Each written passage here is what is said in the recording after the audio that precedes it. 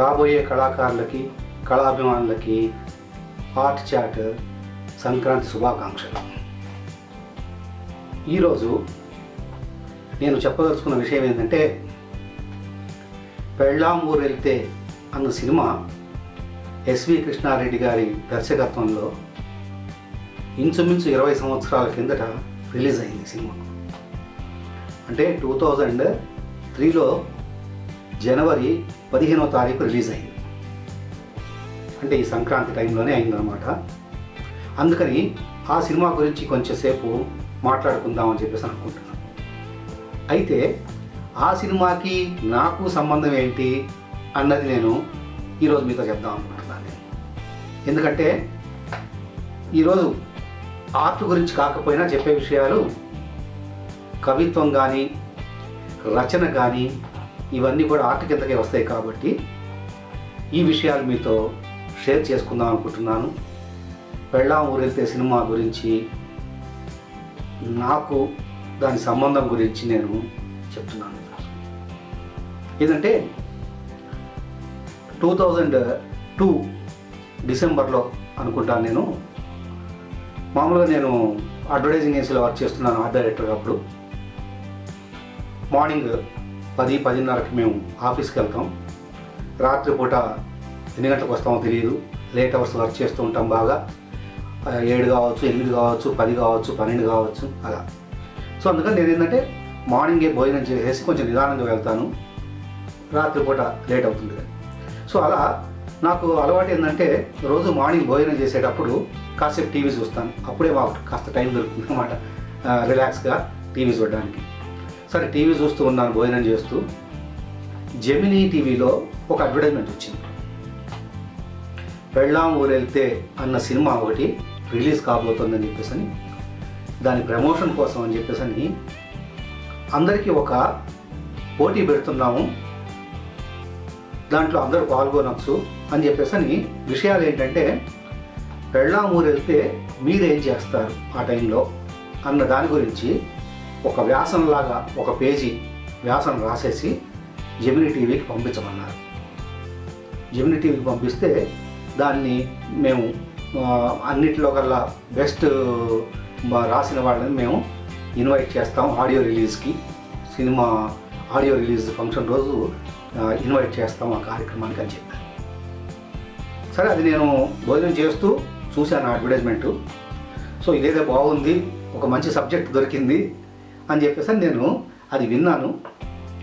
వెంటనే నేను ఆ జెమినీ వాళ్ళ అడ్రస్ అది చెప్పారు, మనం ఎవరికి పోస్ట్ చేయాలి అనేది. సరే, అది నోట్ చేసుకున్నాను. ఆఫీస్కి వెళ్ళిపోయాను. సో మాకు ఆఫీస్లో వర్క్ ఎలా ఉంటుందంటే, వెళ్ళంగానే చాలా బిజీగా ఉంటుంది వర్క్. కొన్ని ప్రజెంటేషన్స్, అడ్వర్టైజ్మెంట్స్ తయారు చేస్తే అవి క్లయింట్స్కి దగ్గరికి పోతాయి, ఎగ్జిక్యూటివ్స్ తీసుకెళ్తారు. తీసుకెళ్ళిన తర్వాత మాకు కొంచెం లీజర్ దొరుకుతుంది టైం. మళ్ళీ అవి వచ్చి కరెక్షన్స్, ఈ రిలీజింగ్స్ అన్నీ ఇవన్నీ ఎక్కడెక్కడ ఏ పేపర్లో ఉన్నాయి, ఇదంతా మళ్ళీ ఈవినింగ్ అయ్యేటప్పుడు హడావిడైపోతుంది. సరే, నాకు భోజనం చేసిన తర్వాత లంచ్ టైంలో అనమాట కాస్త నాకు టైం దొరికింది. సరే, ఇదేదో ఆలోచిద్దాం అని చెప్పేసి పెళ్ళాం ఊరెళ్తే మనం ఏం చేస్తాం అన్న దాని గురించి వాళ్ళు రాసి పంపించమన్నారు కదా అని చెప్పేసి నేను ఆలోచించి నేను రాసేసేసి అది ఇదిగోండి ఇలా అప్పట్లో రాసింది. ఇది రాసి దీన్ని కాపీ చేసేసి ఫైర్ చేసేసి పోస్టెడ్ ఆన్ 18th December 2002 ఆ రోజు నేను రాసి పంపించింది అన్నమాట. సో ఇందులో నేనేం రాశానంటే, భార్యాభర్తలు పెళ్ళైన తర్వాత అన్యోన్యంగా దాంపత్య జీవితం గడుపుతుంటారు. ఎంతటి గొప్పవాళ్ళకైనా, ఎంతటి ప్రేమానురాగాలు ఒకళ్ళ మీద ఒకళ్ళకి ఉన్న వాళ్ళకైనా కూడా అప్పుడప్పుడు చిన్న భేదాభిప్రాయాలు వస్తుంటాయి. దానివల్ల ఒకళ్ళొకళ్ళు చిన్న పోట్లాడుకుంటుంటారు, కాసేపు అరుచుకుంటారు, తర్వాత మళ్ళీ దగ్గర అవుతూ ఉంటారు. సో ఇది సర్వసాధారణంగా ప్రతి ఫ్యామిలీలో జరుగుతూ ఉండేదే, అందరి ఇళ్లలో ఉంటుంటుంది. కానీ ఒక్కోసారి ఆ భేదాభిప్రాయాలు అనేవి మితిమీరిపోయి చాలా పరిస్థితులు దారుణంగా తయారైన ఫ్యామిలీస్ ఉన్నాయి చాలా.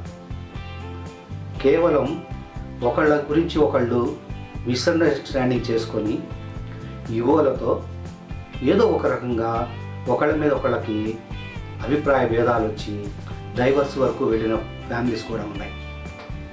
సో ఇదంతా ఎందుకు జరుగుతుందంటే సరిగ్గా అర్థం చేసుకోలేకపోవడం, ఏదో కమ్యూనికేషన్ గ్యాప్ ఇలా ఉంటుంటుంది. సరే, సినిమా ఏమి ఒక సబ్జెక్ట్ మీద తీశారో మనకు తెలియదు, అప్పటికి రిలీజ్ కాలేదు ఇంకా సినిమా. సరే, నేను ఆలోచించింది ఏంటంటే ఇలా భేదాభిప్రాయాలు ఏర్పడుతూ ఉంటాయి, ఒక్కోసారి కొంచెం శృతి మించి కూడా జరుగుతూ ఉంటాయి. సో అలా జరిగినప్పుడు అనుకోకుండా పెళ్ళాం కనుక ఊరికి వెళ్ళాల్సి వస్తే, వెళ్ళి కొద్ది రోజులు ఉండాల్సి వస్తే ఎక్కడన్నా, అంతవరకు బాగా జరిగిపోతున్న ఫ్యామిలీలో అప్పటికప్పుడు భార్య కనుక ఊరికి వెళ్తే, వెళ్ళి స్టేషన్లోనో బస్ స్టాండ్లోనో దించేసేసి ఆవిడని పంపించిన రోజు నుంచి పంపించి ఇంటికి వచ్చినప్పటి నుంచి తెలుస్తూ ఉంటుంది తను లేని లోటు. రాగానే కాఫీ అందించాలి, మొహం కడుక్కుంటే టవల్ అందించాలి, స్నానానికి వెళ్తే నీళ్లు పెట్టాలి. ఇలాంటివన్నీ కూడా సహజంగా జరిగేవే. దాని గురించి మనం పెద్దగా ఆలోచించాం. కానీ మనం ఊరికి పంపించిన తర్వాత ఇంటికి వచ్చినప్పటి నుంచి కూడా మనకు ఆ డిఫరెన్స్ అనేది తెలుస్తూ ఉంటుంది భార్య దగ్గర లేకపోతే. జనరల్గా అన్ని కార్యక్రమాలు జరుగుతుంటాయి, వంట చేసి పెడుతుంటారు, రుచికరమైన పదార్థాలు వండి పెడుతుంటారు, తింటూ ఉంటాము, అన్ని పనులకి సహాయపడుతూ ఉంటారు, భార్యాభర్తలు ఇద్దరు బాగానే గడిచిపోతూ ఉంటాయి. అప్పుడు ప్రత్యేకంగా ఏ విషయం గురించి ఆలోచించము. అలా ఊరికి వెళ్ళినప్పుడే వాళ్ళ గురించి మనకు ఆలోచనలు వస్తాయి. తను లేకపోతే ఇవన్నీ నేను చేసుకోవాల్సి వస్తుంది కదా అని చెప్పేసి అని గుర్తు తెచ్చుకుంటుంటారు. సో నేను రాసింది ఏంటంటే, ఇలాంటి సిచ్యువేషన్ ఏర్పడ్డ వాళ్ళకి పెళ్ళాం ఊరు వెళ్ళినప్పుడు మనం ఏదో మంచి ఛాన్స్ దొరికింది కదా, పెళ్ళాం ఊరు వెళ్ళిందని చెప్పేసి అని ఫ్రెండ్స్ దగ్గరికి వెళ్ళడం, సరదాగా వాళ్ళతో గడపడం, సినిమాలకు పోవడం, ఇంకా బార్లకు పోవడం, లేకపోతే బార్నే ఇంట్లో పెట్టుకోవడం, ఇలాంటి కార్యక్రమాలన్నీ చేసేసి పెళ్ళాం ఊరు వెళ్తే చాలు, దాన్ని మనం ఎంజాయ్ చేద్దాం అనుకునే మగవాళ్ళు కూడా ఉన్నారు. అయితే నేను రాసింది ఏంటంటే, ఇలాంటి సహజంగా జరుగుతున్న కార్యక్రమాలు అన్యోన్యంగా జరుగుతున్నా కూడా కొన్ని భేదాభిప్రాయాలు మనకు వచ్చినప్పుడు ఆ టైంలో అనుకోకుండా భార్య కనుక ఊరికి వెళ్ళాల్సి వస్తే తను లేనప్పటి లోటు, అంటే తనని దించొచ్చిన దగ్గర నుంచి ఇంటికి రాగానే తను పడుతున్న బాధ, తను గుర్తు తెచ్చుకుంటున్న విషయాలు, భార్య దగ్గర లేకపోతే తనకి ఎంత లోటుగా ఉందని ఆ ఇబ్బంది పడుతూ తను లేని దానివల్ల ఏమేమి ప్రాబ్లమ్స్ ఫేస్ చేస్తున్నాడో, ఆమె మీద ఉన్న ప్రేమని ఇవంతా కూడా రంగరించేసేసి ఒక ప్రేమలేఖ రాయాలి భార్యకి. ఎందుకంటే అప్పట్లో సెల్ ఫోన్లు లేవు, ఇప్పుడంటే సెల్ ఫోన్లు ఉన్నాయి. బస్సు ఎక్కించిన దగ్గర నుంచి ఫోన్లో మాట్లాడుకుంటారు, అలా గడిచిపోయేది. కానీ ఇది నేను రాసింది 2002 డిసెంబర్లో. అప్పటికి సెల్ ఫోన్ లేవు కాబట్టి ఉత్తరాలే రాయాలి. అందుకని నేను సలహా ఏం చెప్పానంటే, చివరికి మనం కనుక ఒక తన మీద ఉన్న ప్రేమని, అభిమానాన్ని కనుక ఉత్తరం రూపంలో రాసి మనం పోస్ట్ చేస్తే తనకు అది చేరి అది చదువుకొని, ఓహో ఇలా మన గురించి ఆలోచిస్తున్నాడు, మన విలువ తెలిసింది అని చెప్పేసి అని తను ఆ ఊరి నుంచి వచ్చిన తర్వాత వాళ్ళ జీవితం కొంచెం బాగా ఉండే అవకాశం ఉంది. ఈ పెళ్ళాం ఊరు వెళ్ళినప్పుడు ఆ టైంని సద్వినియోగం చేసుకొని ఒక మంచి ప్రేమలేఖ కనుక రాస్తే వచ్చిన తర్వాత వీళ్ళ జీవితం ఇంకా బాగుంటుంది. ఎందుకంటే పెళ్ళాం ముందు ఎవరు సారీ చెప్పలేరు, నువ్వు అంత చేస్తున్నావు ఇంత చేస్తున్నావు నాకు అని చెప్పేసి ఎవరు పొగడరు. జనరల్గా పెళ్ళాం ఊరు వెళ్ళినప్పుడే తెలుస్తుంది. అలాంటప్పుడు ఒక ఉత్తరం రూపంలో కనుక రాస్తే తను రియలైజ్ అయ్యి అంతకుముందు జరిగిన చిన్న చిన్న గొడవలు కూడా లేకుండా ఇంటికి వచ్చిన తర్వాత నుంచి వాళ్ళ దాంపత్య జీవితం ఇంకా ప్రశాంతంగా జరిగిపోతుంది అని చెప్పేసి అని ఈ అవకాశాన్ని ఉపయోగించుకోండి, వేస్ట్ చేయకుండా పెళ్ళాం ఊరు వెళ్ళినప్పుడు అని చెప్పేసి అని రాశాను. సరే రాశాను, పోస్ట్ చేశాను, ఏదో నాకు తెలిసింది తోచింది రాశాను. ఆ తర్వాత కొద్ది రోజులు అయిన తర్వాత నాకు జెమినీ టీవీ నుంచి ఒక ఫోన్ వచ్చింది. ఫోన్ వచ్చేసేసి మీరు రాశారు కదా లెటరు, కాంపిటీషన్లో మీరు సెలెక్ట్ చేశాము, అలాగే మీతో పాటు ఒక 50 మంది ఉత్తరాలని మేము సెలెక్ట్ చేసేసి రాసిన వాటిని మిమ్మల్ని అందరినీ కూడా పలానా రోజు ఆడియో రిలీజ్ జరుగుతోంది. అది జరిగింది ఎక్కడ, డి రామానాయుడు స్టూడియోలో అనుకుంటాను. మీరు రావాలి ఫ్యామిలీతో, విత్ ఫ్యామిలీ రండి ఫంక్షన్కి అని చెప్పారు. చెప్తే అది అసలు నిజమా కాదా, అసలు జెమినీ టీవీ దగ్గర నుంచే వచ్చిందా అని అనుకుని నేను ఎవరు మీరు మాట్లాడుతున్నారు అని అడిగితే, నేను సతీష్ని, మీకు సత్యన్న, అప్పుడు సత్యన్న యాదన్నానో ఏదో ప్రోగ్రామ్ వచ్చేది సినిమాల గురించి చెప్పడం ఏదో, నేను సత్యన్న అని వస్తుంటుంది కదా ప్రోగ్రాంలో, నేను సతీష్ని మాట్లాడుతున్నాను, మీరు రండి అని చెప్పేసి అని ఆ డి రామారాయ స్టూడియోస్ అడ్రస్ చెప్పేసి ఇట్లా ఈవినింగ్ స్టార్ట్ అవుతుంది, మీరు రావాలి అని చెప్పేసి అని చెప్పారు. చెప్తే సరే ఇంకా నిజమా కాదా అనుకొని సరే ఏదైతే ఏందని చెప్పేసి అని ఆ రోజు నేను, మా ఇద్దరు చిన్నపిల్లలు ఉన్నారు నాకు, అప్పుడు మేము మా పిల్లలతో కలిపి నేను మా మిస్సెస్ వెళ్ళాం డి రామారాయ స్టూడియో ఎదుక్కుంటూ. అంతవరకు ఆ స్టూడియోలు ఎక్కడ ఉంటాయో తెలియదు, సినిమా వాళ్ళ గురించి తెలియదు, సినిమా వాళ్ళని పెద్దగా కలిసింది లేదు. సరే వెళ్ళాం. మేము వెళ్తే చాలామంది జనం వచ్చారు, మొత్తం ఫుల్ క్రౌడ్, మొత్తం సినిమా యాక్టర్స్ చాలామంది వచ్చారు, డైరెక్టర్స్ రాఘవేంద్రరావు గారు, ఎస్వి కృష్ణారెడ్డి గారు, అల్లు అరవింద్ గారు, అలా ఎంతెంతమందో అసలు నేను ఎప్పుడూ చూడలేదు అంతటి సినిమా ప్రోగ్రామ్. సరే వెళ్ళారు, మమ్మల్ని అందరినీ ఫ్రెండ్స్ విఐపీ రో కాకుండా వెనకాల రోలో అందరినీ 50 కపుల్ని పిలిచారు, ఫ్యామిలీస్ని. అంటే వాటిలో బాగా ఉన్న రాసిన వాళ్ళని అందరినీ పిలిచేసి నిజంగా వాళ్ళే రాశారా లేదా అనే అనుమానం పట్టుంది, మళ్ళీ రాయమన్నారు. ఇంకొకసారి మళ్ళీ పేపర్లు ఇచ్చారు అందరికీ, దాని గురించి రాయమన్నారు. సరే నేను అంతకుముందు రాసిన దానికన్నా కొంచెం ప్రిపేర్ అయి ఉన్నాను కాబట్టి ఇంకొంచెం ఎక్కువ చేసి బాగా మొత్తానికి రాశాను. రాస్తే అందులో నాకు సెలెక్ట్ చేశారు, బాగుందని చెప్పి సెలెక్ట్ చేసేసి అప్పటికప్పుడు దానికి యాంకరింగ్ ఎవరంటే సతీష్ అతను, తర్వాత యాంకర్ సుమ, ఆవిడ, ఇద్దరు యాంకర్స్ అయితే సరే అనౌన్స్ చేశారు, ఇట్లా H రావు అని చెప్పేసి అని నన్ను స్టేజ్ మీదకి రమ్మన్నారు. వెళ్ళేసి నా అభిప్రాయం చెప్పమన్నారు, ఏం రాశారు మీరు అని. నాకు అసలు ఫస్ట్ టైం అంతమందిని చూడడం, అందులో సినిమా ప్రముఖులందరూ ఉన్నారు, చాలామంది వచ్చారు సినిమా వాళ్ళు.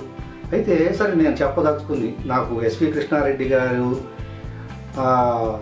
ఎలా రాస్తారు, ఆయన కథలు ఎలా ఉంటాయి, సినిమాల్లో ఫ్యామిలీ సెంటిమెంట్స్ ఉంటాయి, ఫ్యామిలీస్కి గౌరవం ఇస్తూ చేస్తారు, రాసినదంతా కూడా సినిమాలు తీస్తూ ఉంటారు, ఫ్యామిలీస్ మీద గౌరవం ఉంది ఆయనకి. అందుకని నేను ఎందుకు రాశానంటే, అలా పెళ్ళాం ఊరు వెళ్ళినప్పుడు ఏదో తాగి తొందరగాడి లేకపోతేనేమో ఏదో ఫ్రెండ్స్తో ఎంజాయ్ చేయమని కాదు, ఒక ఫ్యామిలీ నిలబెట్టుకోవడం చేసే ప్రయత్నం అయితే బాగుంటుంది అని చెప్పేసి నేను నా ఉద్దేశం రాశాను నేను అని చెప్పేసి. అంటే అది చాలా నచ్చింది ఎస్వి కృష్ణారెడ్డి గారికి. నచ్చేసి చాలా అందరు క్లాప్స్ కొట్టారు మాట్లాడిన తర్వాత. ఆ తర్వాత అందులో ఆ సినిమాలో వేణు, తర్వాత శ్రీకాంత్, ఇద్దరు హీరోలు. అందులో వేణు గారేమో నాకు బొకే ఇచ్చి శ్రీకాంత్ గారేమో అప్పుడు క్యాసెట్స్ సీడీలో ఏదో ఉన్నాయి, సీడీలు నాకు గుర్తులేదు ఏదో ఇచ్చారో, ఆడియో రిలీజ్ చేశారు. ఆ ఆడియోకి సంబంధించి నాకు ఇచ్చేసి నా చేత ఆడియో రిలీజ్ ఫంక్షన్లో చేయించారు, నా చేత రిలీజింగ్ అనమాట. సో అలాంటి నాకు చాలా గొప్ప అనుభవం అనమాట. నేను వాళ్ళందరినీ కలవడం, ఆ తర్వాత మళ్ళీ రిలీజ్ టైంలో మా ఫ్యామిలీకి అందరికీ కూడా సినిమా టికెట్స్ ఇచ్చారు, సినిమాకి వెళ్ళమని చెప్పేసి అని. అలా మేము ఆ ప్రోగ్రామ్ అయిన తర్వాత మళ్ళీ సినిమాకి కూడా వెళ్ళాం. ఆర్టీసీ క్రాస్ రోడ్స్లోనూ అనుకుంటాను ఒక థియేటర్కి టికెట్స్ ఇచ్చారు. టికెట్స్ ఇచ్చి మేము ఆ సినిమా చూసి ఎంజాయ్ చేసాం అన్నమాట. ఆ ఫంక్షన్కి ఎంతమంది వచ్చారో, ఇంకా చాలా గొప్ప గొప్ప ఆర్టిస్టులు అందరూ వచ్చారు. అందులో పనిచేసిన సినిమా యాక్టర్లు కాకుండా మిగతా గెస్టులు అందరూ వచ్చేసారు. మొత్తం నిండిపోయింది ప్లేస్ అంతా. ఇంకా గొప్ప విషయం ఏంటంటే అల్లు రామలింగయ్య గారు కూడా వచ్చారు. ఇప్పటి తరానికి చాలామందికి తెలియదు అల్లు రామలింగయ్య గారు, ఆయన చేసిన సినిమాలు ఏమీ తెలియదు. అప్పటికి చాలా ఓల్డ్ ఏజ్గా ఉన్నారు. ఇద్దరు ఇలా పట్టుకొని అటు ఇటు ఆడియో రిలీజ్ ఫంక్షన్కి తీసుకొచ్చారు. ఆ మూమెంట్లో కూడా ఆయన సినిమా పాటలు, అప్పుడు ఆ సినిమాలో పాటలు వేస్తూ ఉంటే ఆ పట్టుకొని ఇలా డ్యాన్స్ చేశారు ఆయన. అట్లా అల్లు రామలింగయ్య గారిని చూసే అదృష్టం కూడా నాకు దొరికింది అక్కడ. రాఘవేంద్రరావు గారు ఇలా చాలామంది వచ్చారు. అక్కడ నేను స్టేజ్ మీదకి వచ్చి ఆ సినిమా గురించి చెప్పడం కాదు, నేను రాసిన విషయాల గురించి చెప్పాను నేను. సో ఇది చాలా బాగుంది. ఒక ఫ్యామిలీని కలపడం కోసం ఒక ప్రేమలేఖ రాయాలి అన్న కాన్సెప్ట్ బాగుందన్నారు, అందరూ మెచ్చుకున్నారు. ఆ తర్వాత అక్కడే డిన్నర్ ఏర్పాట్లన్నీ కూడా చేశారు. డిన్నర్ అయిన తర్వాత మేము మళ్ళీ తిరిగి వచ్చాము ఇంటికి. ఆ తర్వాత మళ్ళీ మాకు టికెట్స్ ఇచ్చారు. టికెట్స్ ఇస్తే సినిమా చూసాము. ఆ సినిమా ఎంత బాగా నచ్చిందంటే మా పిల్లలకు కూడా ఎప్పుడు ఆ సినిమా వచ్చింది అంటే మళ్ళీ మళ్ళీ టీవీలో అట్లా చూస్తూ ఉంటాము. అసలు ఆ ఆర్టిస్ట్ క్రాస్ రోడ్స్లో సినిమా థియేటర్కి అనుకుంటాను వెళ్ళాము. కరెక్ట్గా ఈ జనవరి 15th చలి రోజులు బాగా స్టార్టింగ్ ఓపెనింగ్ షాట్ వర్షం సీన్ వస్తూ ఉంటుంది. అందరు గొడుగులు పట్టుకొని అట్లా ఆ స్టీరియోఫోనిక్ సౌండ్స్లో ఆ చలికి ఏసీకి ఆ వర్షానికి అసలు ఎంత బాగుందంటే ఆ సినిమా అందరికీ చిన్నపిల్లలకి పెద్దవాళ్ళకి అందరికీ నచ్చేటట్టుగా, అంటే భార్యాభర్తలు ఎలా బాగుండాలి, అనుమానంతో ఎలా వాళ్ళ ఫ్యామిలీస్ చెడిపోతున్నాయి అన్న కాన్సెప్ట్ మీరు తీశారు. అది చాలా బాగా నచ్చింది. మీ అందరికీ తెలుసు అది ఎంత సక్సెస్ అయిందో. సో ఇలా నాకు ఆ సినిమా యొక్క ఇన్ఫ్లుయెన్స్ మాకుంది. మా ఫ్యామిలీకి కూడా ఆ సినిమా చూడడం, అక్కడికి పోయి కలవడం, వాళ్ళందరినీ సినిమా వాళ్ళందరినీ చూడడం ఇవన్నీ జరిగినాయి.